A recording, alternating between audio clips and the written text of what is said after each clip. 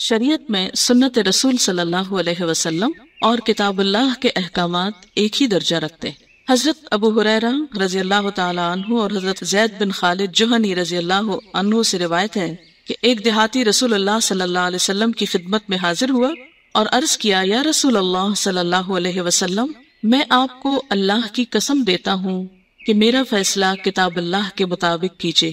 مقدمے کا دوسرا فریق زیادہ سمجھدار تھا، اس نے عرض کیا، ہاں یا رسول اللہ صلی اللہ علیہ وسلم، ہمارے درمیان کتاب اللہ کے مطابق ہی فیصلہ فرمائیے، لیکن مجھے بات کرنے کی اجازت دیجیے۔ آپ نے فرمایا، اچھا بات کرو۔ اس نے عرض کیا، میرا بیٹا اس شخص کے گھر نوکر تھا، اس نے اس کی بیوی سے زنا کیا۔ لوگوں نے مجھ سے کہا، تیرے بیٹے کے لیے رجم کی سزا ہے۔ میں نے اس کے بدلے 100 بکریاں صدقہ کی اور 1 لونڈی ادا کی۔ پھر میں نے علماء سے پوچھا تو انہوں نے کہا، تیرے بیٹے کے لیے 100 کوڑوں کی سزا اور 1 سال کی جلاوطنی ہے، اور فریق ثانی کی بیوی کے لیے سنگساری کی سزا ہے۔ رسول اللہ صلی اللہ علیہ وسلم نے فرمایا، اس ذات کی قسم جس کے ہاتھ میں میری جان ہے، میں تمہارے درمیان کتاب اللہ کے مطابق ہی فیصلہ کروں گا۔ اور فریق اول کو حکم دیا کہ اپنی بکریاں اور لونڈی واپس لے لو، تمہارے بیٹے کے لیے 100 کوڑے اور سال تک جلاوطنی کی سزا ہے۔ پھر ایک صحابی حضرت انیس کو حکم دیا کہ تم کل اس عورت سے جا کر پوچھو، اگر وہ زنا کا اقرار کرے تو اسے سنسار کر دو۔ حضرت انیس اگلے روز گئے، عورت نے اقرار کیا تو نبی صلی اللہ علیہ وسلم کے حکم سے وہ سنسار کر دی گئی۔ اسے بخاری اور مسلم نے روایت کیا ہے۔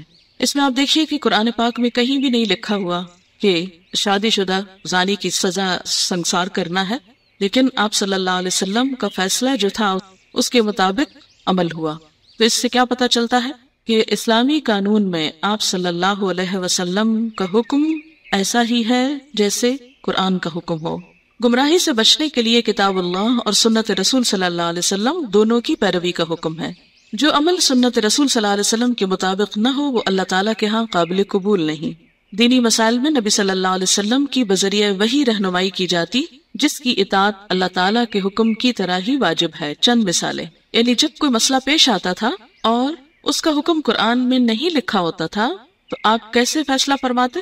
وحی کے مطابق۔ اور بسا اوقات جب وحی نہیں آتی تھی، آپ خود سے فیصلہ فرما دیتے، تو وحی کے آنے پر اگر اس کی اصلاح ہوتی تو آپ اپنے فیصلے کو بھی بدل دیتے تھے۔ اس کی ایک مثال آپ کو میں نے قرآن پاک کی تفسیر میں دی تھی، اور وہ کیا کہ ایک خاتون آپ صلی اللہ علیہ وسلم کے پاس اپنے شوہر کی شکایت لے کر آئیں، اور وہ کیا تھی کہ میرے شوہر نے مجھ کو مارا ہے، تو مجھے کیا کرنا چاہیے۔ وحی الہی میں قرآن میں اس کا کوئی حکم نہیں تھا۔ آپ نے انصاف کے تقاضے کے تحت کیا حکم دیا کہ جاؤ اور تم بھی بدلہ لے لو، تم بھی مار سکتی ہو۔ لیکن ابھی وہ عورت جا نہ پائی تھی کہ وحی الہی سے اس کی تردید آ گئی اور اس کو روک دیا گیا۔ آپ صلی اللہ علیہ وسلم نے فرمایا، اردنا شیئا واراد اللہ شیئا آخر، ہم نے ایک چیز چاہی اور ایک چیز اللہ تعالیٰ نے چاہی، اور جو اللہ نے چاہا وہی اصل حکم ہے۔ تم اپنے شوہر کو مارو گی نہیں، مارنے سے روک دیا۔ ایسی کئی اور مثالیں بھی ملتی ہیں کہ جس میں آپ صلی اللہ علیہ وسلم نے کسی شخص کو ایک کام کا حکم دیا کہ وحی الہی سے اس کی تردید آ گئی اور آپ نے اس کو روک دیا۔ اس کی وجہ کیا ہے؟ اس کی وجہ یہ ہے کہ آپ صلی اللہ علیہ وسلم براہ راست اللہ تعالیٰ کی نگرانی میں کام کر رہے تھے۔ جو کچھ بھی لوگوں کو سکھا رہے تھے اللہ تعالیٰ کے حکم سے سکھا رہے تھے۔ اور قرآن میں یہ بھی آتا ہے کہ وَمَا يَنْطِقُ عَنِ الْهَوَىٰ إِنْ هُوَ إِلَّا وَحْيٌ يُوحَىٰ، کہ آپ اپنی خواہشات کی باتیں نہیں کرتے، اپنی مرضی کے فیصلے نہیں سناتے رہتے۔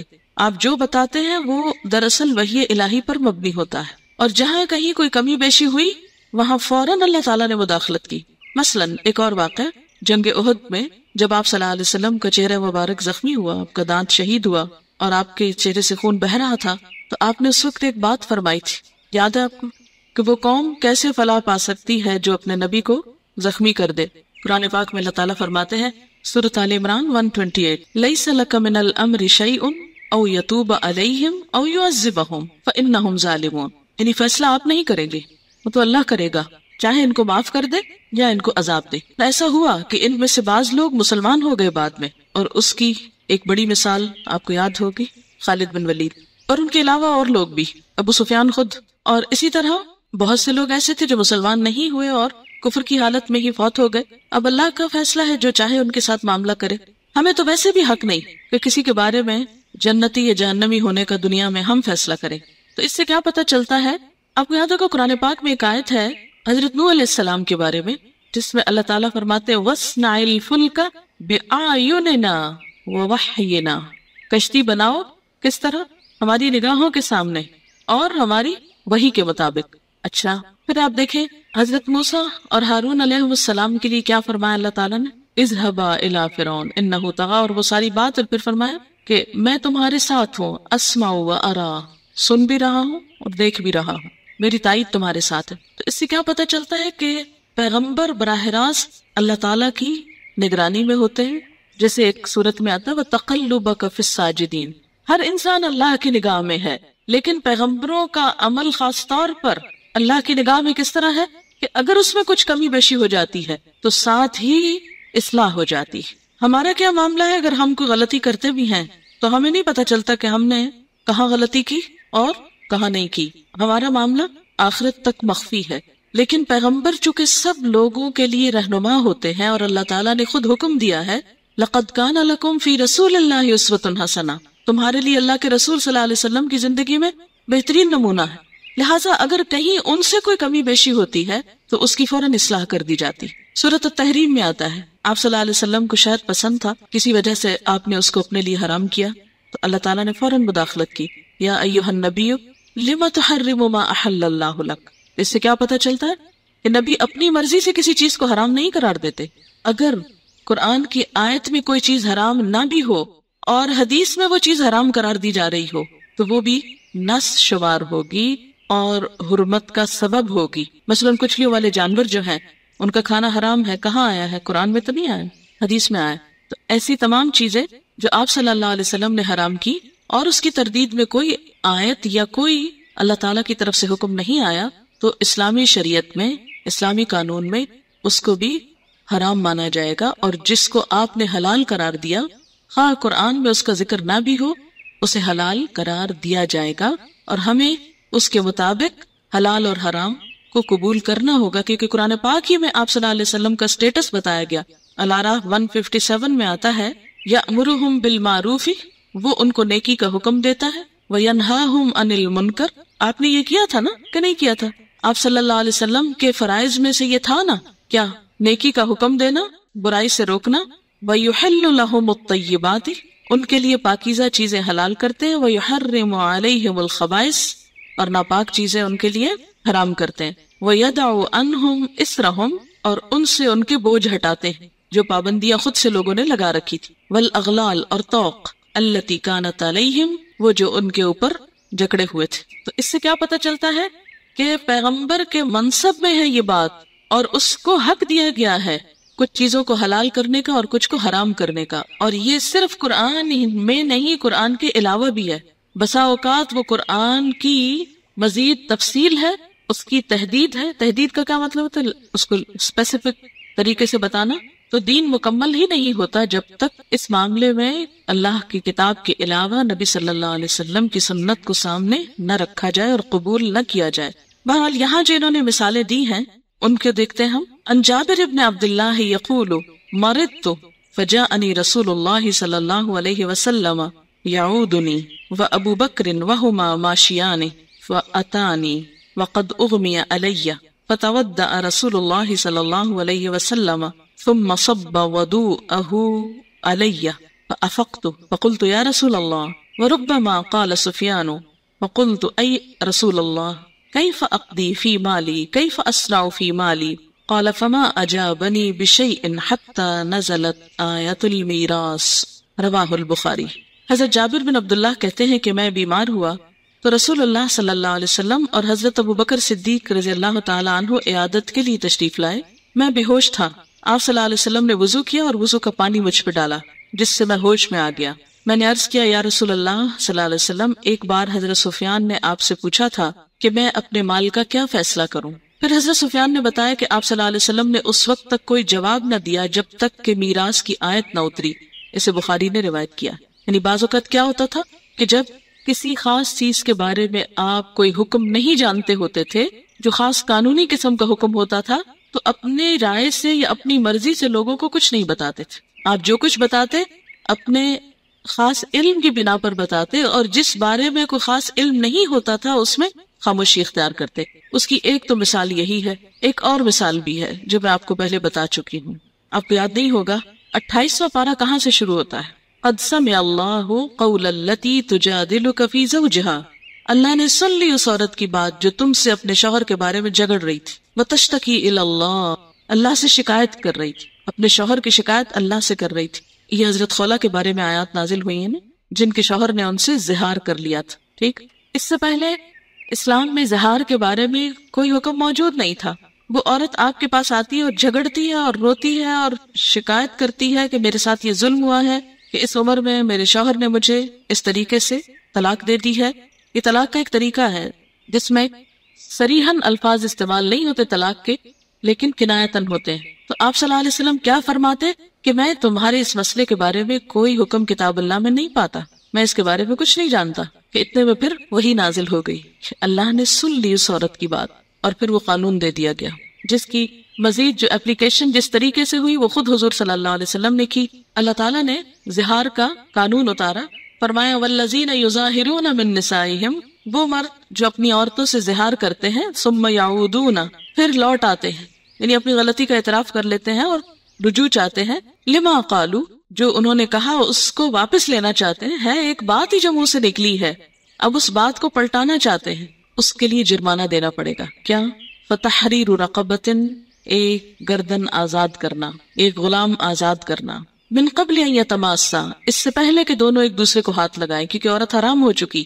ذالکم توعظون بہ واللہ بما تعملون خبیر، فمن لم یجد، جس کو گردن نہ ملے، فصیام الشہرین متتابعین، 2 مہینے لگاتار روزے رکھے. من قبل ان یتماسا، مذاق ہے، اور یہ کنایتاً عورت کو اپنے سے الگ کرنے کا انداز ہے. پھر فرمایا فمن لم یستطع، جو روزے نہ رکھ سکے، فاطعام 60 مسکینہ، 60 مسکینوں کو کھانا کھلائے. ذالک، یہ کیوں اتنی سخت سزا؟ ہاں، لتؤمنوا باللہ ورسولہ، تاکہ تم ایمان لاؤ اللہ اور اس کے رسول پر، یعنی ایمان کا تقاضا ہے. کچھ منہ سے نکلے ہوئے الفاظ اتنے سخت ہوتے ہیں کہ دنیا میں ان کی تلافی کا جرمانہ اتنا بڑا ہے، تو آخرت میں کیا ہوگا. لیکن جب ہم منہ سے بولتے ہیں نا کچھ، تو ہم نے کبھی نہیں سوچا ہم کیا بول رہے ہیں. وَتِلْكَ حُدُودُ اللَّهِ وَلِلْكَافِرِينَ عَذَابٌ أَلِيمٌ، تو یہاں کافر سے مراد کون ہے پھر؟ جو اس قانون کو توڑے، نہ مانے. اور پھر ساتھ ہی فرمائے إِنَّ الَّذِينَ يُحَادُّونَ اللَّهَ وَرَسُولَهُ، جو لوگ اللہ اور اس کے رسول کی مخالفت کرتے ہیں. صرف اللہ کی نہیں، رسول کی بھی ساتھ کہی گئی. کیوں؟ اس لیے کہ اس قانون کا نفاذ تو آپ نے کیا نا. تو بہرحال یہاں پر بھی کیا پتہ چلتا ہے کہ بعض چیزوں کا جواب آپ خود نہیں دیتے تھے. کیا ہوتا تھا؟ انتظار کرتے تھے وحی کا. دوسری مثال، ان سہل بن سعد ان رجلا اتى رسول اللہ صلی اللہ علیہ وسلم فقال یا رسول اللہ ارأيت رجلا رأى مع امرأته رجلا ايقتله فتقتلونه ام كيف يفعل؟ فانزل الله فيهما ما ذكر في القرآن من التلاعن فقال له رسول الله صلى الله عليه وسلم قد قضي فيك وفي امرأتك قال فتلعنا وأنا شاهد عند رسول الله صلى الله عليه وسلم ففارقها فكانت سنة أن يفرق بين المتلاعنين. رواہ البخاری. حضرت سہل بن سعد سے روایت ہے کہ ایک آدمی حضور صلی اللہ علیہ وسلم کے پاس حاضر ہوا اور عرض کیا، یا رسول اللہ صلی اللہ علیہ وسلم، اگر کوئی شخص اپنی بیوی کو غیر مرد کے ساتھ دیکھے تو کیا کرے؟ یعنی صرف دیکھے سے مراد یہ نہیں، مراد یہاں زنا ہے. اگر قتل کرے تو آپ صلی اللہ علیہ وسلم اسے قصاص میں قتل کروا دیں گے، کیونکہ جب تک 4 گواہ نہ لائے جائیں کوئی شخص سزا دلوا نہیں سکتا اور قانون کو اپنے ہاتھ میں بھی نہیں لے سکتا. اور دوسروں کے معاملے میں تو انسان خاموش ہو سکتا ہے اگر وہ قانون کا تقاضا نہیں پورا کرتا، مگر اپنی بیوی کے معاملے میں کون صبر کر سکتا ہے؟ کہا کہ یا رسول اللہ صلی اللہ علیہ وسلم، اگر وہ قتل کر دے گا تو آپ اس کو قتل کر دیں گے. پھر آخر کیا کرے؟ آپ نے کوئی جواب نہ دیا، حتیٰ کہ اللہ تعالیٰ نے ان دونوں کے بارے میں قرآن مجید میں لعان کا حکم نازل فرمایا. لعان لعنت سے ہے، یعنی ایک دوسرے پہ لعنت کرنا. یہ سورۃ نور میں تفصیل آئے گی. تب رسول اللہ صلی اللہ علیہ وسلم نے اس شخص سے فرمایا، تیرا اور تیری بیوی کا فیصلہ ہو گیا. چنانچہ دونوں نے لعان کیا. راوی کہتے ہیں میں اس وقت نبی صلی اللہ علیہ وسلم کے پاس موجود تھا، تب سے یہ سنت جاری ہوئی کہ لعان کرنے والے میاں بیوی میں جدائی کرا دی جائے. ٹھیک، اب قرآن پاک میں جو لعان کا قانون ہے اس کو دیکھتے سورۃ النور نکالی 18ویں پارے میں آیت نمبر 6. والذین یرمون ازواجہم، وہ لوگ جو اپنی بیویوں پر الزام دھرتے ہیں، ولم یکن لہم شہداء، اور ان کے لیے گواہ نہیں ہوتے، الا انفسہم، مگر خود ہی. فشہادۃ احدہم 4 شہادات باللہ، تو ان میں سے ایک کی گواہی 4 گواہیوں کی طرح ہوگی اللہ کے نام کے ساتھ، یعنی 4 دفعہ قسم کھائیں انہ لمن الصادقین کہ وہ سچے ہیں، والخامسۃ اور 5ویں دفعہ ان لعنۃ اللہ علیہ کہ اللہ کی لعنت ہو اس پر یعنی مرد پر، ان کان من الکاذبین اگر وہ جھوٹوں میں سے، ویدرؤ عنہ العذاب اور ہٹا لے گی اپنے سے سزا کو، ان تشہد 4 شہادات باللہ اگر وہ 4 دفعہ اللہ کے نام کی قسم کھا لے گی کہ میں نے گناہ نہیں کیا، انہ لمن الکاذبین کہ وہ جھوٹوں میں سے ہے، مرد نے جھوٹی بات کہی ہے، والخامسۃ اور 5ویں دفعہ کیا کہے گی ان غضب اللہ علیہا کہ اللہ کا غضب ہو اس عورت پر، ان کان من الصادقین اگر مرد سچوں میں سے۔ بس قرآن نے صرف اتنی بات کی، اس سے آگے یہ نہیں بتایا کہ اس کے بعد وہ شوہر اور بیوی بعد میں اکٹھے بھی رہیں گے کہ نہیں۔ وہ کس نے بتایا؟ رسول اللہ صلی اللہ علیہ وسلم نے، کہ دونوں کے درمیان تفریق کرا دی۔ یہی اس حدیث کے آخر میں آ رہا ہے کہ تب سے یہ سنت جاری ہوئی کہ لیان کرنے والے میاں بیوی میں جدائی کرائی جائے۔ اب اگر آپ سنت کو ہٹا دیں اور نہ مانیں تو صرف قرآن سے کیسے فیصلہ کریں گے آپ؟ قرآن خالی کیسے کافی ہو جائے گا؟ قرآن میں تو صرف اتنا بتایا گیا ہے کہ 4 قسمیں کھا کے اور 5ویں دفعہ یعنی لعنت کی بات کریں گے اور بس ختم۔ لیکن اس کے بعد کیا وہ اکٹھے بھی رہیں گے کہ نہیں؟ یہ بات آپ صلی اللہ علیہ وسلم نے بتائی کہ نہیں۔ ان عبداللہ رضی اللہ عنہ قال بین انا مع النبی صلی اللہ علیہ وسلم فی حرس وهو متکئ علی عصیب اذ مر اليہود فقال بعضهم لبعض سلوه عن الروح فقال ما رأيكم الیہ وقال بعضهم لا يستقبلكم بشيء تكرهونه فقالوا سلوه فسألوه عن الروح فأمسك النبي صلى الله عليه وسلم فقالوا سلوه فسألوه عن الروح فأمسك النبي صلى الله عليه وسلم فلم يرد عليهم شيئا فعلمت أنه يوحى إليه فقمت مقامي فلما نزل الوحي قال ويسألونك عن الروح قل الروح من أمر ربي وما أوتيتم من العلم إلا قليلا رواہ البخاری۔ حضرت عبداللہ بن مسعود رضی اللہ تعالیٰ عنہ کہتے ہیں کہ ایک دفعہ میں نبی صلی اللہ علیہ وسلم کے ساتھ ایک باغ میں تھا۔ آپ صلی اللہ علیہ وسلم کھجور کی ایک چھڑی پر ٹیک لگائے ہوئے تھے، یعنی ایک سٹک پکڑے ہوئے تھے، تو یہودی گزرے۔ وہ آپس میں ایک دوسرے سے کہنے لگے یعنی محمد صلی اللہ علیہ وسلم سے روح کے بارے میں سوال کرو۔ ان میں سے ایک نے کہا محمد صلی اللہ علیہ وسلم کے بارے میں تمہیں کس چیز نے شک میں ڈال دیا ہے کہ وہ پیغمبر ہی نہ ہو؟ کچھ یہودیوں نے کہا محمد صلی اللہ علیہ وسلم کوئی ایسی بات نہ کہتے جو تمہیں ناگوار گزرے۔ پھر انہوں نے فیصلہ کر کے کہا اچھا چلو سوال کرو۔ چنانچہ یہودیوں نے آپ صلی اللہ علیہ وسلم سے پوچھا روح کیا چیز ہے؟ آپ خاموش رہے، کوئی جواب نہ دیا۔ میں سمجھ گیا کہ آپ پر وحی نازل ہو رہی ہے، چنانچہ اپنی جگہ پر کھڑا رہا۔ جب وحی نازل ہو چکی تو آپ صلی اللہ علیہ وسلم نے یہ آیت تلاوت فرمائی، یسألونک عن الروح قل الروح من امر ربی۔ ترجمہ، اے محمد لوگ آپ سے روح کے بارے میں سوال کرتے ہیں، کہہ دیجئے روح میرے رب کا حکم ہے اور تم کو اس کے بارے میں کم ہی علم دیا گیا ہے۔ بنی اسرائیل 85۔ اسے بخاری نے روایت کیا ہے۔ اس سے کیا پتہ چلتا ہے کہ اب 2 چیزیں ہمارے سامنے آ گئی نا۔ ایک کیا کہ جس چیز کے بارے میں آپ کو علم نہیں ہوتا تھا آپ خاموشی اختیار کرتے اور وحی کے ذریعے جواب آتا۔ دوسرا یہ کہ اگر آپ اپنے اجتہاد سے کوئی فیصلہ کر دیتے تو بسا اوقات اس کو وحی الہی سے تائید ہو جاتی اور بسا اوقات اس کی تردید ہو جاتی۔ اگر تردید ہو جاتی تو آپ اپنی رائے کو بدل لیتے تھے۔ قرآن مجید کے علاوہ بھی اللہ تعالیٰ نبی اکرم صلی اللہ علیہ وسلم کو دین کے احکامات سکھاتے تھے جن پر ایمان لانا اور عمل کرنا اسی طرح واجب ہے جس طرح قرآن مجید کے احکامات پر ایمان لانا اور عمل کرنا واجب ہے۔ چند مثالیں درج ذیل ہیں۔ عن انس عن النبی صلی اللہ علیہ وسلم قال ان اللہ وضع عن المسافر نصف الصلاة والصوم وعن الحبلى والمرضع رواہ النسائی۔ حضرت انس بن مالک سے روایت ہے کہ رسول اللہ صلی اللہ علیہ وسلم نے فرمایا اللہ تعالیٰ نے مسافر کو نصف نماز کی رخصت اور روزہ مؤخر کرنے کی رخصت دی، جبکہ حاملہ اور دودھ پلانے والی عورت کو صرف روزہ مؤخر کرنے کی رخصت دی، یعنی نماز کی نہیں۔ اسے ابو داؤد، احمد، نسائی، ترمذی اور ابن ماجہ نے روایت کیا ہے۔ تو اس سے کیا پتہ چلتا ہے کہ قرآن پاک میں تو صرف مسافر اور مریض کا حکم ہے۔ اب دودھ پلانے والی عورت کو مریض تو نہیں ہوتی نا، اور اسی طرح حامل بھی ضروری نہیں کہ مریض ہو۔ ایسی صورت میں پھر کیا ہے، کہاں سے پتہ چلے گا؟ اور اگر آپ نہیں حدیث مانے تو آپ پھر روزہ رکھا کیجئے۔ اچھا، بہت سے لوگ یہ شکایت کرتے ہیں نا کہ حدیث پڑھ کے دین مشکل ہو جاتا ہے۔ مجھے تو ایسے لگا کہ آسان ہو جاتا ہے اور بہت آسان ہو جاتا ہے، بالکل فطرت پہ آ جاتا ہے، نیچرل، کہ جو چیزیں انسان واقعی کر سکتا ہو۔ اور جب ہم اپنی عقل سے دین کی بہت انٹرپریٹیشن کرتے ہیں تو تقوی کا ایسا خود ساختہ معیار قائم کرتے ہیں جس تک کبھی پہنچ ہی نہیں سکتے۔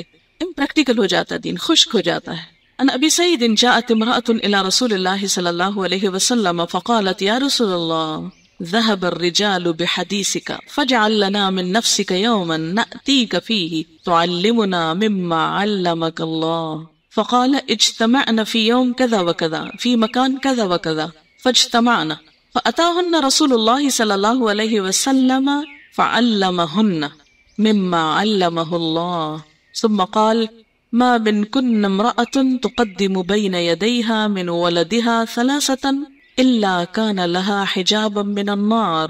فقالت امرأة منهن يا رسول الله أو اثنين؟ قال فأعادتها مرتين ثم قال واثنين واثنين واثنين رواہ البخاری. حضرت ابو سعید رضی اللہ تعالیٰ عنہ کہتے ہیں کہ ایک عورت رسول اللہ صلی اللہ علیہ وسلم کی خدمت میں حاضر ہوئی اور عرض کیا یا رسول اللہ صلی اللہ علیہ وسلم آپ کی ساری تعلیمات مردوں نے لے لی ہیں، ایک دن ہماری تعلیم کے لیے بھی مقرر کر دیجئے جس میں ہمیں وہ باتیں سکھائیے جو اللہ نے آپ کو سکھائی. آپ نے ارشاد فرمایا اچھا فلاں فلاں دن فلاں فلاں جگہ جمع ہوا کرو، اور یہ ان کا ویکلی درس تھا. چنانچہ عورتیں جمع ہوئیں اور رسول اللہ صلی اللہ علیہ وسلم ان کے پاس تشریف لے گئے. کہیں نہیں آتا کہ بیچ میں کرٹن لگایا یا کوئی بیچ میں ایسا انتظام کیا، یعنی ڈائریکٹ تعلیم تھی، اور جو باتیں اللہ نے آپ کو سکھائی تھی وہ ان کو سکھائیں. اچھا بعض لوگوں کو جب یہ بات میں نے بیچ میں ایسے ایک جملہ معترضہ بول دیا، یہ جواب معترضین بول دیا کہ اور جگہوں کے برعکس ہم جب بھی کسی اسکالر کو اسلام آباد میں بھی یا یہاں بلاتے ہیں تو بیچ میں ان نیچرل قسم کا ہنڈرس کھڑا نہیں کرتے. جس کو حجاب کرنا ہے وہ اپنا حساب خود کر لے، کیونکہ بازار میں بھی جب آپ جاتے ہیں تو اپنے ارد گرد کوئی ایسی چیز تان کے نہیں جاتے کہ کسی کی نظر آپ پہ پڑے ہی نہ. اور یہ ہے کہ ہر شخص اپنی نگاہوں کی، اپنے بیہیویئر کی خود حفاظت کرے.